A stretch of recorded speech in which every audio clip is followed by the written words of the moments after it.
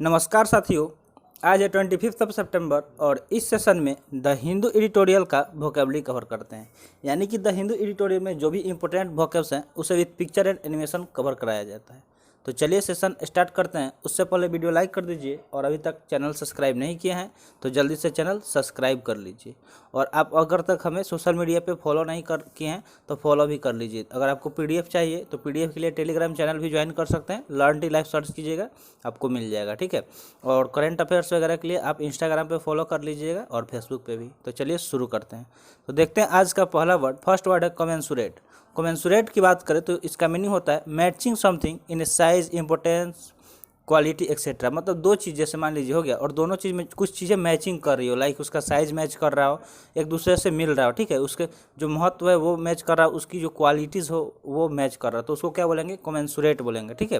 Commensurate बोलेंगे, जिसका meaning होता है अनुरूप, यानी कि जो एक जैसा दोनों का रूप हो तो उसे क्या बोलते हैं? कमेंसुरेट। जैसे जुड़वा वगैरह देखते हैं, जो मतलब जो लोग जुड़वा होते हैं उनका साइज भी एक जैसा होता है, कुछ क्वालिटीज़ भी सेम जैसा होता है, तो वो क्या हो गया? कमेंसुरेट हो गया। सिनोनिम्स की बात करें तो सिनोनिम्स क्या हो जाएगा?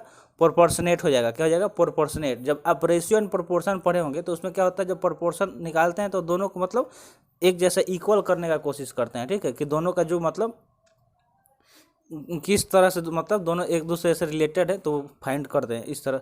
तो कमेंसुरेट मतलब प्रोपोर्शनेट हो सकता है, कोरेस्पॉन्डिंग हो सकता है, या फिर इक्विवेलेंट हो सकता है, या कंपेरेबल हो सकता है। मतलब कंपेयर हम तभी करेंगे ना जब उनके चीज़ में कुछ चीज़ें मैच कर रही हो, तो उसको कमेंसुरेट बोल देंगे। तो वर्ड आई होप आपको समझ में आ गया होगा।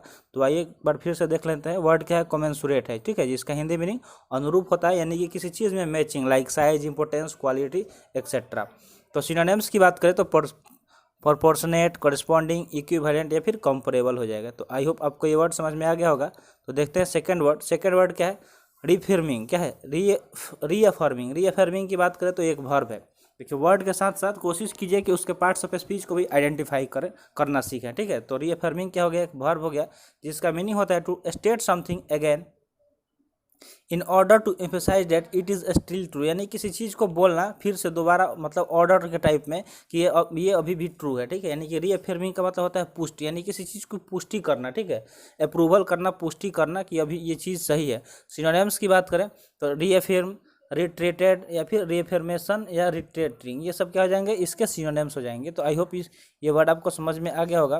तो वर्ड क्या है? रीअफर्मिंग, ठीक है, जो एक वर्ब है जिसका मीनिंग होता है पुष्टि, ठीक है। सिनोनिम्स की बात करें तो रीअफर्म, रिट्रेटेड, रिफॉर्मेशन या फिर रिट्रेटिंग हो जाएगा। तो ये सब इसके क्या हो जाएंगे? सिनोनिम्स हो जाएंगे, यानी कि इनका भी मीनिंग सेम होता है। तो देखते हैं नेक्स्ट वर्ड। नेक्स्ट वर्ड है फोरगोइंग। क्या है? फोरगोइंग। फोरगोइंग की बात करें तो एक एडजेक्टिव है। फोरगोइंग क्या है?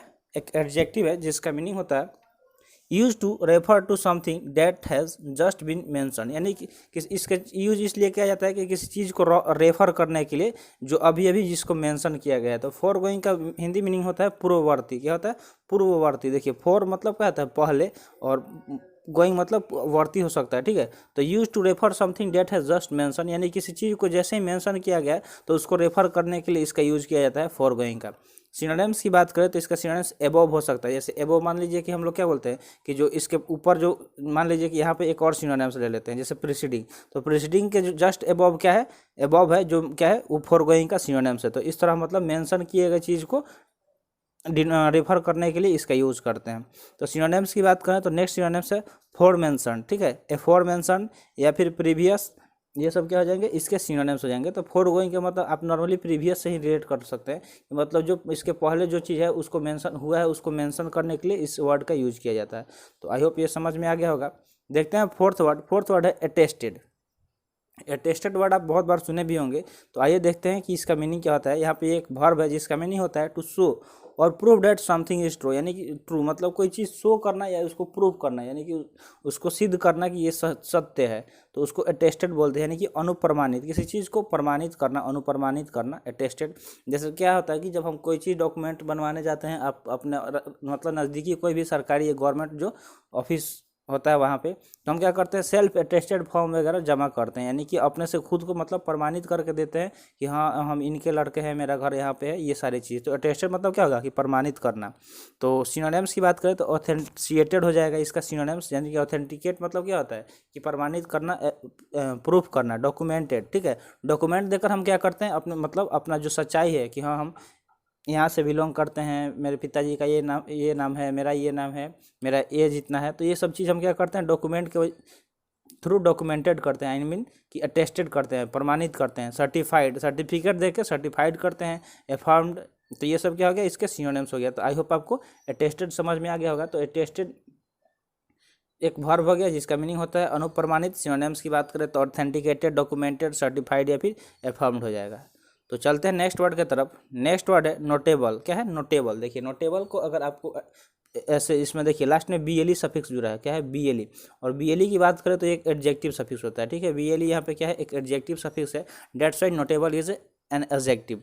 अगर इसके मीनिंग की बात करें तो मीनिंग हो जाएगा डिजर्विंग टू बी नोटिस्ड और टू रिसीव अटेंशन इंपॉर्टेंस, यानी कि किसी चीज़ को नोटिस करने मतलब कोई चीज़ जो डिजर्व करता है कि उसको लोग नोटिस करें, ठीक है, या फिर उस पर लोग अटेंशन मतलब वो अटेंशन पाए लोगों के द्वारा, तो उस चीज़ को नोटेबल बोलते हैं। यानी कि नोटेबल का सिंपली इंपॉर्टेंट बोल सकते हैं। मान लीजिए कोई चीज़ इंपॉर्टेंट होगा तभी तो लोग उसे नोटिस करेगा, अदरवाइज लोग उसे नोटिस ही नहीं करता है, ठीक है। तो नोटेबल मतलब इंपॉर्टेंट बोल सकते हैं, यानी कि उल्लेखनीय। कोई चीज़ जो इंपॉर्टेंट है तो लोग खुद उसकी तारीफ करेंगे, ठीक है, उसका उल्लेखनीय करेंगे। जैसे मान लीजिए कि आप इस चैनल के थ्रू पढ़ रहे हैं, अगर आपको ये सारी जो मतलब तरीका पढ़ाने का अगर आपको पसंद आ रहा है तो आप अपने दोस्तों के पास भी शेयर करेंगे, ठीक है। तो अगर सिनोनिम्स की बात करें तो इसका सिनोनिम्स क्या हो जाएगा? नॉट वर्दी हो सकता है, प्रोमिनेंट हो सकता है, इंपॉर्टेंट हो सकता है या फिर आउटस्टैंडिंग हो सकता है। तो वर्ड क्या हो गया? नोटेबल हो गया, जो एक एडजेक्टिव है जिसका मीनिंग होता है उल्लेखनीय। सिनोनिम्स की बात करें तो नोट वर्दी, प्रोमिनेंट, इंपॉर्टेंट या फिर आउटस्टैंडिंग हो जाएगा। आउटस्टैंडिंग किसको बोलते हैं? जो बहुत ज़्यादा इंपॉर्टेंट हो, काफ़ी ज़्यादा, ठीक है, उसका बहुत ज़्यादा महत्व हो। तो आई होप फिफ्थ वर्ड समझ गए होंगे। तो चलते हैं सिक्स्थ वर्ड की तरफ। सिक्स्थ वर्ड है वैल्यूएशन। वैल्यूएशन देखिए लास्ट में आई ओ एन आ रहा है, तो वर्ड के लास्ट में अगर कहीं भी आई ओ एन दिख जाए, ठीक है, आई ओ एन दिख जाए तो आप उसको क्या कंसीडर करेंगे? Noun, because I O N is N I O N क्या है? एक नाउन सफिक्स है, ठीक है। तो वैल्यूएशन क्या हो गया? एक नाउन हो गया जिसका मीनिंग होता है a professional judgement about how much money something is worth its estimated value, यानी किसी चीज़ का जैसे हम वैल्यू नहीं निकालते हैं कि हाँ इसका जैसे मान लीजिए कि आपको बाइक बेचना है, ठीक है, किसी से, तो पहले उसका लोग वैल्यू निकालते हैं कि लगभग में 20 से 25 हज़ार इसका दाम होगा ज़्यादा से ज़्यादा। मतलब किसी मतलब प्रोफेशनल तरीके से जज करके किसी चीज़ के मतलब कि कितना मनी किसी चीज़ का है वो निकालना, उसको वैल्यूएशन बोलते हैं, यानी कि एस्टिमेट वैल्यू किसी चीज़ का। जैसे मान लीजिए कि आप कोई पार्टी फंक्शन करते हैं तो पहले एक एस्टिमेट जो एक्सपेंडिचर है, जो खर्चा है, वो हम लोग एक जगह लिखते हैं, उस हिसाब से मतलब खर्चा करते हैं। तो वैल्यूएशन मतलब मूल्यांकन हो जाएगा। क्या हो जाएगा? मूल्यांकन हो जाएगा। सिनोनिम्स की बात करें तो अप्रेजल, असेसमेंट, इवेल्युएशन या फिर एस्टिमेट, ये सब क्या है? इसके सिनोनिम्स है। देखिए कोई भी खर्चा करने से पहले जो मिडिल क्लास वाले हैं वो क्या करते हैं, कोई भी मतलब मिडिल क्लास या बड़ा क्लास जो भी है, ठीक है, सब लोग एक एस्टिमेट वैल्यू निकालते हैं कि हाँ इतना से इतना तक खर्चा होगा, अगर उस लायक होता है तो लोग करते हैं, नहीं तो फिर उसमें कुछ आगे कम बेस कर लेते हैं, ठीक है। तो वैल्यूएशन मतलब मूल्यांकन हो जाएगा। तो आई होप समझ गए होंगे। इतने बेसिक तरीके से आपको समझाया जा रहा है चीज़ें। तो देखिए आप कोशिश कीजिए कि जो भी वर्ड यहाँ पे आपको बताया जा रहा है उससे सेंटेंस बनाइए। अगर डेली आप 10 सेंटेंस बनाते हैं 10 वर्ड का, तो आगे चल के एक टाइम आएगा जब आपके अंदर का सारा जो वोकैब्स का फोबिया है वो खत्म हो जाएगा, ठीक है। तो आपके सामने नेक्स्ट वर्ड का है इंटरसेक्टिंग। इंटरसेक्टिंग वर्ड तो आप बहुत बार पढ़े होंगे, मैथ में भी इंटरसेक्टिंग लाइन, फिजिक्स में ही पढ़े होंगे। तो ये मतलब क्या हो गया? इंटरसेक्ट मतलब क्या होता है? जो जब दो लाइन एक दूसरे को काटती है, मतलब कोई भी चीज़ जो एक दूसरे को काट रही है, ठीक है, मान लीजिए ये दोनों क्या है, इस पॉइंट पे इंटरसेक्ट कर रही है एक दूसरे को, तो इंटरसेक्ट मतलब काटना बोल सकते हैं। तो इसका मीनिंग होता है टू मीट और क्रॉस ईच अदर, मतलब दो चीज़ जो एक जगह मिले, ठीक है, क्या दो चीज़ें जो मतलब एक जगह मिल रही हो, एक दूसरे को से मिल रही है, ठीक है।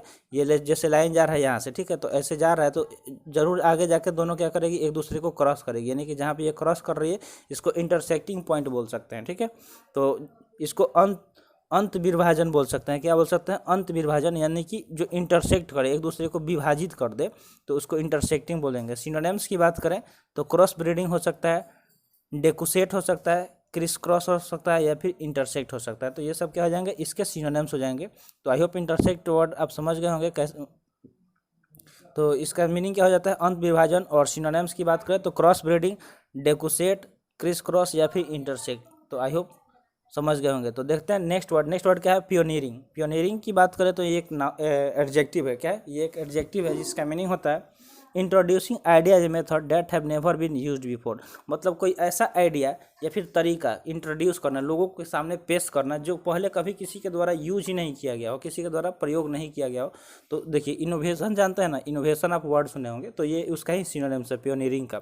इसका मीनिंग होता है अग्रणी, मतलब कोई चीज़ जो सबसे पहले आप कर रहे हैं। ठीक है, तो आपके पास मान लीजिए बहुत सारा इनोवेटिव आइडिया होता है जो आजकल लोग यूट्यूब पे शेयर करते हैं, या फिर मतलब आगे आगे निकलने के लिए जो आपके अंदर इनोवेटिव आइडियाज़ है वो लोगों को पेश कीजिए। एक टाइम ऐसा आएगा कि आप मतलब आगे जा सकते हैं। तो पियोनियरिंग मतलब होता है अग्रणी। ठीक है, सिनोनिम्स की बात करें तो इनोवेटिव, देखिए आ गया ना इनोवेटिव सिनोनिम्स। नेक्स्ट इसका सिनोनिम्स क्या है, ग्राउंड ब्रेकिंग, या फिर एवांट ग्रेड हो सकता है, या फिर नोवेल हो सकता है। नोवेल मतलब क्या होता है, नया। लगातार ये तीसरा दिन नोवेल वर्ड आ गया, तो सोच लीजिए कितना इंपॉर्टेंट वर्ड है ये नोवेल। मतलब कोई नया तरीका, जो नया मेथड किसी काम को करने का, नया आइडिया, तो उसको हम लोग क्या बोलते हैं, पियोनियरिंग बोलते हैं। ठीक है, तो सिनोनिम्स के इसका बात करें तो इनोवेटिव हो गया, ग्राउंड ब्रेकिंग हो गया, और फिर एवांट ग्रेड हो गया। ठीक है, तो वर्ड आपको समझ में आ गया होगा। वर्ड क्या है, पियोनियरिंग, जिसका मीनिंग होता है अग्रणी, मतलब कोई ऐसा मेथड या तरीका जो आप पहले यूज नहीं किया गया हो, आप पहली बार बता रहे हो। ठीक है, जैसे आप पैडमैन मूवी देखे होंगे, तो पैडमैन में क्या हो, जो पैड बनाता है अक्षय कुमार, तो वो क्या करता है, उसके पास एक इनोवेटिव आइडिया रहता है जो सबसे पहले वो करके दिखाता है दुनिया को, और इस वजह से वो फेमस हो जाता है। तो देखते हैं नेक्स्ट वर्ड क्या है, ओवरऑल। ओवरऑल की बात करें तो ये एक एडजेक्टिव है। ये क्या है, एक एडजेक्टिव है जिसका मीनिंग होता है इंक्लूडिंग ऑल द थिंग्स और people that are involve in a particular situation. Overall मतलब क्या होता है कि इंक्लूडिंग ऑल द थिंग्स और पीपुल, यानी कि जितने भी चीज़ हैं या लोग हैं उन सबको एक साथ इंक्लूड कर लेना, एक साथ सम्मिलित कर लेना, जोड़ लेना। That are involve in a particular situation, जो क्या है, सब जुड़े हुए हैं एक किसी खास स्थिति से, खास सिचुएशन से, तो उसको ओवरऑल बोलते हैं। यानी कि इसका हिंदी मीनिंग क्या होता है, कुल मिलाकर। ठीक है, क्या होता है, कुल मिलाकर। सिनोनिम्स की बात करें तो इसका सिनोनिम्स क्या हो जाएगा, तो जनरल हो सकता है, कॉम्प्रिहेंसिव हो सकता है, जनरली हो सकता है, फिर टोटल हो सकता है। तो ओवरऑल को टोटल से रिलेट करके याद रख सकते हैं। ठीक है, क्योंकि लास्ट में इसमें भी एल आ रहा है और इसमें भी आ रहा है, तो इस तरह आप इसको याद रख सकते हैं। टोटल माने ओवरऑल, यानी कि सब चीज़ को मिलाकर, कुल मिलाकर। तो चलते हैं नेक्स्ट वर्ड की तरफ। नेक्स्ट वर्ड है स्टेक होल्डर। स्टेक होल्डर की बात करें तो ये एक नाउन है। ये मतलब अगर मार्केटिंग लैंग्वेज में ये वर्ड बहुत ज़्यादा फेमस है, स्टेक होल्डर। ठीक है, तो अगर इसकी मीनिंग देखी जाए तो मीनिंग क्या हो सकता है, ए पर्सन और company that is involve in a particular organisation, project, system etcetera. मतलब कोई भी एक इंसान, ठीक है, या फिर जो कंपनी किसी एक पार्टिकुलर जो मतलब खास ऑर्गेनाइजेशन है, प्रोजेक्ट है या सिस्टम है, उसमें वो जुड़ा हुआ है, उससे इन्वॉल्व है, specially because they have invested money in it. जैसे पार्टनरशिप में कोई चीज़ काम होता है, ठीक है, तो उसमें क्या होते हैं, दो अलग अलग पार्टनर मिलके कोई एक नए चीज़ का कोई स्टार्ट करते हैं। ठीक है, और फिर तो उस दोनों का वो क्या बोल सकते हैं कि ये स्टेक होल्डर है। जैसे बड़ी बड़ी कंपनी में क्या होता है कि बहुत सारे लोग एक साथ मिल के इन्वेस्ट करते हैं, और फिर वो कंपनी बनती है, फिर अगर वो प्रॉफिट होता है तो सबके बीच में डिस्ट्रीब्यूट किया जाता है। तो स्टेक होल्डर एक नाउन हो गया जिसका मीनिंग क्या होता है, हिस्सेदार होता है, यानी कि उसमें उसका भी हिस्सा है, उसमें उसका भी क्यों पैसा इन्वेस्ट हुआ है इसलिए उसका हिस्सा है किसी भी चीज़ इंसान का। ठीक है, तो सिनोनिम्स की बात करें तो पार्टिसिपेंट, कंसर्न, पार्टीज, पार्टनर, या फिर टीम मेंबर, ये सब क्या हो जाएंगे, इसके सिनोनिम्स हो जाएंगे। तो आई होप आपको स्टेक होल्डर वर्ड समझ में आ गया होगा। ये मार्केट से रिलेटेड वर्ड है, तो इसका मीनिंग क्या होता है, हिस्सेदार होता है, यानी कि उसका उसमें हिस्सा है, चाहे कोई कंपनी हो, कोई ऑर्गेनाइजेशन हो, कोई प्रोजेक्ट हो, इन सारे चीज़ में। तो जो अपना मनी इन्वेस्ट करेगा, जाहिर सी बात है उसका तो हिस्सा होगा ही होगा। तो आज का सेशन यहीं पे समाप्त हुआ। आई होप सेशन पसंद आया होगा।